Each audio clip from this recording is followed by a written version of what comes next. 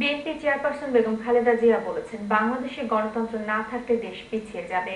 আজ সন্ধ্যায় BNP Finland শাখা নেতা কর্মীদের সাথে টেলিফোনে শুভেচ্ছা বিনিময়কালে তিনি আসন্ন রমজান মাসে দ্রব্যমূল্যের ঊর্ধ্বগতি রোধ করার জন্য সরকারের প্রতি আহ্বান জানান।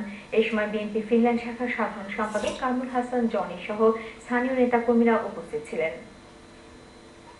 তোমরা সকলে আমাদের শুভেচ্ছা নাও, ভালো থাকো। তোমরা দেশের জন্য, গণতন্ত্রের জন্য যে কাজ করছো, তোমাদের এই কাজ চালিয়ে যাও।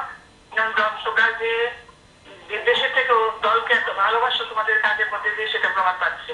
তোমরা দলকে ভালোবাসো, আমরা আশা করি তোমরা দোয়া করো, ইনশাআল্লাহ আমরা যাতে দেশে আবার গণতন্ত্র ফিরিয়ে আনতে পারি এবং দেশের সকলে মিলে যাতে দেশের উন্নতি সমৃদ্ধি আমরা করতে পারি, সেই আশাই আমরা করি।